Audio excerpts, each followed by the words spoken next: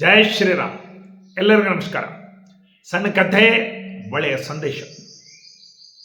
ಹಿಂದಿ ಒಳಗೊಂದು ಹಾಡದು, ये जिंदगी के मेले दुनिया में कम न होंगे, ಅಫ್ಸೋಸ್ ಹಮ್ ನ ಹೋಂಗೆ. ಅಂದ್ರೆ ಈ ಜಾತ್ರೆ ಇದೆಲ್ಲ ಸಂಸಾರ ಅಂತಕ್ಕಂಥ ಒಂದು ಜಾತ್ರೆ ನಡೀತಾನೆ ಇರ್ತದೆ. ದುರ್ಭಾಗ್ಯ ಏನಂದ್ರೆ ನಾವಿರೋದಿಲ್ಲ, ನಾವು ಹೋಗಿಬಿಡ್ತೀವಿ. ನಾವು ಹೋದ ನಂತರ ಕೂಡ ನಡೀತಾನೆ ಇರ್ತದೆ. ಅಟಲ್ ಬಿಹಾರಿ ವಾಜಪೇಯಿ ಅವರು ಹೋದರು, ದೇಶ ಹೇಗಾಯಿತು. ನರೇಂದ್ರ ಮೋದಿ ಅವರು ಬಂದರು, ಇನ್ನೂ ಚೆನ್ನಾಗಿ ನಡೀತು. ಇಲ್ಲಿ YSR ರಾಜಶೇಖರ ರೆಡ್ಡಿ ಆಕ್ಸಿಡೆಂಟ್ನಲ್ಲಿ ತೀರ್ಕೊಂಡ, ರೇವಂತ್ ರೆಡ್ಡಿ ಬಂದ, ನಡೆದ ಸಂಸಾರ.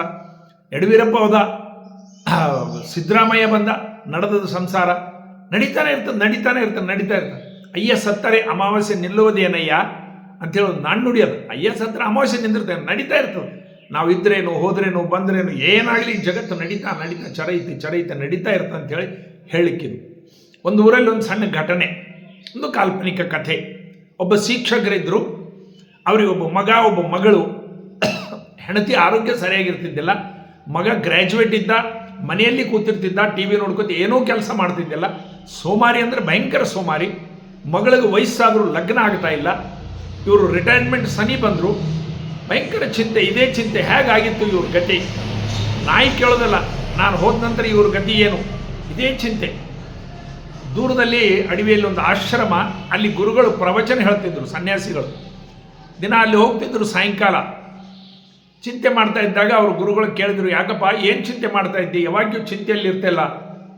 ಇಲ್ಲ ಗುರುಗಳೇ, ನನ್ನ ಮಗ ಭಯಂಕರ ಸೋಮಾರಿ ಇದ್ದಾನ, ಕೆಲಸ ಮಾಡೋದಿಲ್ಲ, ಗ್ರ್ಯಾಜುಯೇಟ್ ಇದ್ದಾನ, ಎಲ್ಲೇನೋ ಉದ್ಯೋಗ ಹುಡುಕಂದ್ರೆ ಮನೆ ಬಿಟ್ಟು ಹೋಗೋದೇ ಇಲ್ಲ. ಮಗಳಿಗೆ ವಯಸ್ಸಾಗಲಿಕ್ಕಂತೂ ಲಗ್ನ ಆಗ್ತಾ ಇಲ್ಲ, ವರ ಸಿಗ್ತಾ ಇಲ್ಲ. ನನ್ನ ಹೆಂಡತಿ ಆರೋಗ್ಯ ಸರಿಯಾಗಿರ್ತಾ ಇಲ್ಲ. ನಂದು ರಿಟೈರ್ಮೆಂಟ್ ಸನಿ ಬಂತು. ಹೇಗಾಗಿತ್ತು ಮುಂದೆ? ಇವ್ರ ಗತಿ ನಾಯಿ ಕೇಳೋದಿಲ್ಲ. ಇವರು ರಸ್ತೆಗೆ ಬಂದು ಬಿಡ್ತಾರ. ಈ ಸಂಸಾರ ಎಲ್ಲ ಹೀಗಾದರೆ ಹೇಗೆ ಅಂಥೇಳಿ ಭಯಂಕರ ಚಿಂತೆ ಆಗ್ತಾ ಇದೆ ಗುರುಗಳೇ. ಅದೇ ಚಿಂತೆ. ಗುರುಗಳು ಹೇಳಿದ್ರು, ಓಹೋ, ನಾವೊಂದು ನಿನಗೆ ಉಪಾಯ ಹೇಳ್ತೀನಿ, ಮಾಡು. ಹೇಳ್ರಿ ಗುರುಗಳೇ. ದೂರದಲ್ಲಿ ಹಿಮಾಲಯದಲ್ಲಿ ನಮ್ಮ ಆಶ್ರಮ ಇದೆ, ನಮ್ಮ ಗುರುಗಳದು. ನಿನಗೊಂದು ಲೆಟರ್ ಕೊಡ್ತೀನಿ, ನೀ ಅಲ್ಲಿ ಹೋಗು. 3 ವರ್ಷ ಬರಬೇಡ.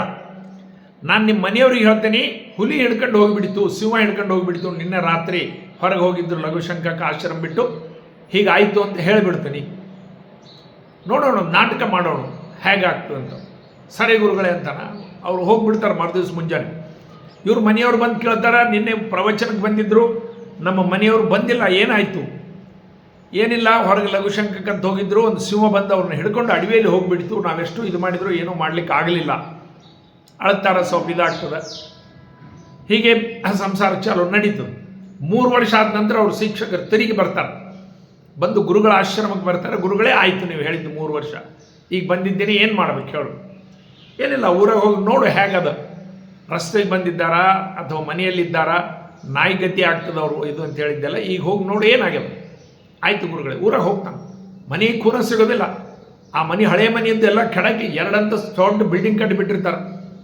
ತಂದೆ ಮನೇನ ಅಂತೇಳಿ ಪ್ಲೇಸ್ ಕೂನ ಹಿಡಿದು ಒಳಗೆ ಹೋಗ್ತಾನೆ. ಎಲ್ಲರೂ ಗಾಬರಿ, ಎಲ್ಲರೂ ಕಣ್ಣಲ್ಲಿ ನೀರು ಬರ್ತದೆ. ಅವ್ರು ಹೇಳ್ತಾರೆ, ನಿಮ್ಮನ್ನು ಹುಲಿ ಹಿಡ್ಕೊಂಡು ಹೋಯ್ತು, ಸಿಂಹ ತಿಂತು ಅಂದ್ಕೊಂಡಿದ್ದೆವು, ಹೇಗೆ ಬದುಕಿದ್ದೀರಿ ಅಂದ್ರೆ ಎಲ್ಲ ಕತೆ ಹೇಳ್ತಾನೆ, ಹೀಗೆಲ್ಲ ಮಾಡಿದ್ದೆವು.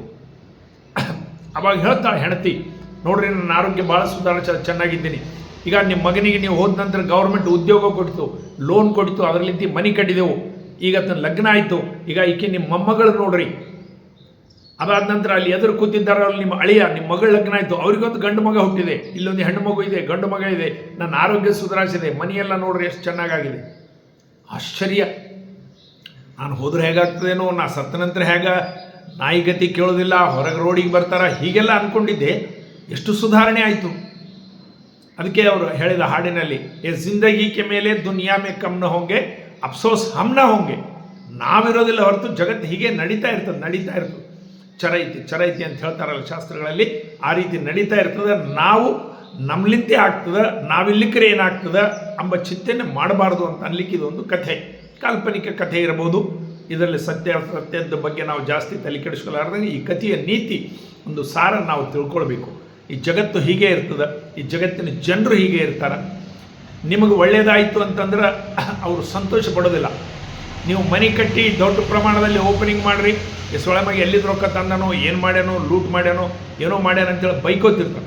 ನಿಮ್ಮ ಮನೆಗೆ ಬೆಂಕಿ ಹಚ್ಚಿ ಸುಡಲಿ, ಎಲ್ಲರೂ ಬಂದು ಅಯ್ಯೋ ಪಾಪ ಈಗ ಆಗಬಾರ್ದಿತ್ತು, ಭಾಳ ತ್ರಾಸ ಆಗ್ತದೆ, ಒಳ್ಳೆ ಮನುಷ್ಯ ಅಂತೇಳಿ ಅಂದರೆ ನೀವು ಹಾಳಾದ್ರೆ, ನೀವು ಲಾಸ್ ಆದ್ರೆ, ನಿಮ್ಮ ಆರೋಗ್ಯ ಕೆಟ್ಟರೆ ನಿಮಗೆ ಮಾತಾಡಿಸ್ಲಿಕ್ಕೆ ಜನರು ಬರ್ತಾರೆ. ನೀವು ಉನ್ನತಿ ಹೊಂದಿದ್ರೆ, ನೀವು ಅಧಿಕಾರದಲ್ಲಿ ಬಂದ್ರೆ, ನಿಮ್ಮ ಮನೆ ಚೊರೋದು ಕಟ್ಟಿದ್ರೆ, ನೀವು 4 ಭೂಮಿ ಗಿಮಿ ತೊಗೊಂಡು ಆಸ್ತಿ ಸಂಪನ್ನರಾದ್ರೆ ನಿಮ್ಮ ವೈರಿಗಳು ಜಾಸ್ತಿ ಆಗ್ತಾರೆ. ಇದು ಜಗತ್ತಿನ ಸ್ವಭಾವ, ಜನರ ಸ್ವಭಾವ. ನೀವು ಹಾಳಾಗಬೇಕು, ನಿಮ್ಮ ಮನೆಗೆ ಬೆಂಕಿ ಹತ್ತಬೇಕು, ನಿಮ್ಮ ಕಾಲು ಫ್ರ್ಯಾಕ್ಚರ್ ಆಗಬೇಕು, ಆವಾಗ ಬಂದು ಮಾತಾಡಿಸ್ತಾರೆ. ಹಾಸ್ಪಿಟ್ಲಲ್ಲಿ ನಿಮ್ಗೆ ಆಕ್ಸಿಡೆಂಟ್ ಆಗಿ ಕಾಲು ಮುರಿದಾಗ ಜನರು ಬಂದು ಹಣ್ಣುಗಳು ಬ್ರೆಡ್ಗಳು ತೊಗೊಂಡು ಬಂದು ಮಾತಾಡಿಸ್ತಾರೆ. ನೀವೇನು ಅನ್ಕೋತೀರಿ, ಎಷ್ಟು ಮಂದಿ ಇದ್ದಾರೆ ನನ್ನ ಪ್ರೇಮದವ್ರು ಅಂತೇಳಿ. ನಿಮಗೆ ಮಾತಾಡಿಸಿ ಪಾಯಿಂಟಿಗೆ ಇದ್ದಾಗ ಹಾಸ್ಪಿಟಲ್ ಇಳಕಲ್ಕ ಅವ್ರು ಮಾತಾಡ್ತಾರೆ. ಭಾಳ ಉರಿತಿದ್ದೆ ಸೊಳೆ ಮಗ, 2 ಕಾಲು ಮುರಿದ್ರು ಚಲೋ ಆಗ್ತಿತ್ತು, ಒಂದೇ ಕಾಲು ಮುರಿದದು ಅಂತೇಳಿ ಮಾತಾಡ್ಕೊತ ಹೋಗ್ತಾರೆ. ನಿಮಗೆ ಹಣ್ಣು ಕೊಟ್ಟವರು ಬ್ರೆಡ್ ಕೊಟ್ಟವರೇ, ಬೇರೆ ಯಾರೂ ಅಲ್ಲ. ಆದರೆ ಈ ಜಗತ್ತು ಹಿಂಗೆ ಇರ್ತದೆ ನಿಯಮ. ನಾವು ಧೈರ್ಯವಾಗಿರಬೇಕು, ನಾವು ಸಾಧನಾ ಮಾರ್ಗದಲ್ಲಿರಬೇಕು, ನಮ್ಮ ಕರ್ತವ್ಯನ ನಾವು ಮಾಡ್ತಾ ಇರಬೇಕು. ನಾವು ಜೀವಂತ ಇರುವವರೆಗೆ ಭಗವಂತ ನಮಗೇನು ಕೊಟ್ಟಿದ್ದಾನ ಅದರಲ್ಲಿ ತೃಪ್ತಿಯಾಗಿದ್ದು ನಮ್ಮ ಪಾಲಿನ ಕರ್ತವ್ಯನ ನಾವು ಪೂರ್ಣ ಮಾಡಬೇಕು. ಅದು ಮುಂದಿಂದು ಭಗವಂತನ ಇಚ್ಛೆ. ಅದು ಏನು ಆಗ್ತದೆ, ಏನು ಆಗೋದಿಲ್ಲ, ಯಾರಿದ್ದರೆ ಹೇಗೆ ನಡೀತದೆ, ಏನು ಕತೆ, ಅದ್ರ ಬಗ್ಗೆ ಚಿಂತೆ ಮಾಡಬಾರ್ದು. ಒಂದು ಸ್ವಾಮೀಜಿ ಕತೆ ಬರ್ತದೆ. ಅವ್ರದ್ದು ದೊಡ್ಡ 3,000 ಕೋಟಿ ರೂಪಾಯಿ ಆಸ್ತಿ ಇರ್ತಕ್ಕಂಥದ್ದು ಆಶ್ರಮ ಇತ್ತಂತ. ಗಂಗಾ ನದಿ ತಟ ಆಗಿದಾಗ ಗುರು ಶಿಷ್ಯ ಇಬ್ಬರು ಕೂತಿದ್ರು. ಅವಾಗ ಗುರುಗಳೇ ಹೇಳಿದ್ರಂತ ಶಿಷ್ಯ, ನೋಡಪ್ಪ, ಇಷ್ಟೆಲ್ಲ 3,000 ಕೋಟಿ ರೂಪಾಯಿದು ಆಸ್ತಿ ಮಾಡಿದ್ದೀನಿ ನಾನು, ಇಷ್ಟೆಲ್ಲ ದೊಡ್ಡ ಆಶ್ರಮ ನಡೆದದ, ಪಾಠಶಾಲೆಗಳು, ವೇದ ಪಾಠಶಾಲೆ ನಡೆದದ, ಇಷ್ಟೆಲ್ಲ ನಡೆದದ, ನನ್ನ ನಂತರ ಹೇಗಾದಿತ್ತು, ನನಗೆ 80 ವಯಸ್ಸು ದಾಟ್ಲಿಕ್ಕತ್ತು, ಹೇಗಾಗಿತ್ತಿದು, ನನಗದು ಭಾಳ ಚಿಂತೆ ಆಗ್ತದೆ ಅಂಥೇಳಿ ಶಿಷ್ಯಗೆ ಗುರುಗಳು ಹೇಳಿದ್ರು. ಆವಾಗ ಶಿಷ್ಯ ಹೇಳಿದ ಮಾತು, ಗುರುಗಳೇ, 3,000 ಕೋಟಿ ರೂಪಾಯಿ ಆಸ್ತಿ ಮಾಡಿದ್ದು, ನಿಮ್ಮ ಆಶ್ರಮ ಇದ್ದಿದ್ದು, ಪ್ರಾಪರ್ಟಿ ಇದ್ದಿದ್ದೆಲ್ಲ ಕರೆಕ್ಟು. ನಮ್ಮ ನಂತರ ಹೇಗಾಗ್ತದೆ ಅಂಥೇಳಿ ನೀವೇನು ಅನ್ಲಿಕ್ಕತ್ತಿರಲ್ಲ. ನನಗೆ ಆಶ್ರಮದ ಬಗ್ಗೆ ಅಲ್ಲ, ನಿಮ್ಮ ಬಗ್ಗೆ ಭಾಳ ಚಿಂತೆ ಆಗಿದೆ. 80 ವರ್ಷಗಳು ಕಳೆದು ಇಷ್ಟೆಲ್ಲ ಅಧ್ಯಾತ್ಮ ಚಿಂತನೆಯಲ್ಲಿದ್ದು ಇದನ್ನೆಲ್ಲ ಲೋಕಜ್ಞಾನ ತಿಳ್ಕೊಂಡು ನಾನು ನಂತರ ಹೇಗೆ ಅಂತೇಳಿ ಚಿಂತೆ ಮಾಡ್ಲಿಕ್ಕತ್ತಿರಲ್ಲ. ನಿಮಗೆ ಈ ರೀತಿ ಯಾಕೆ ವಿಚಾರ ಬಂತು ಅಂಥೇಳಿ ನಿಮ್ಮ ಬಗ್ಗೆ ನನಗೆ ಆಲೋಚನೆ ಬರ್ತಾ ಇದೆ ಅಂಥೇಳಿ ನನ್ನ ಶಿಷ್ಯ. ನೋಡ್ರಿ, ನಾವು ಅದನ್ನೆಲ್ಲ ಬಿಟ್ಟು ಏನಾಗ್ತದೆ ಆಗಲಿ, ನಾವು ಇರ್ತೀವಿ 4 ದಿವಸ, ನಮ್ಮದೊಂದು ಜಾತ್ರೆ, ಭಗವಂತನ ಇಚ್ಛೆ ಅಂಥೇಳಿ ಇರಬೇಕು. ಭಾರತ್ ಮಾತಾಗಿದೆ. ಎಲ್ಲರಿಗೂ ನಮಸ್ಕಾರ.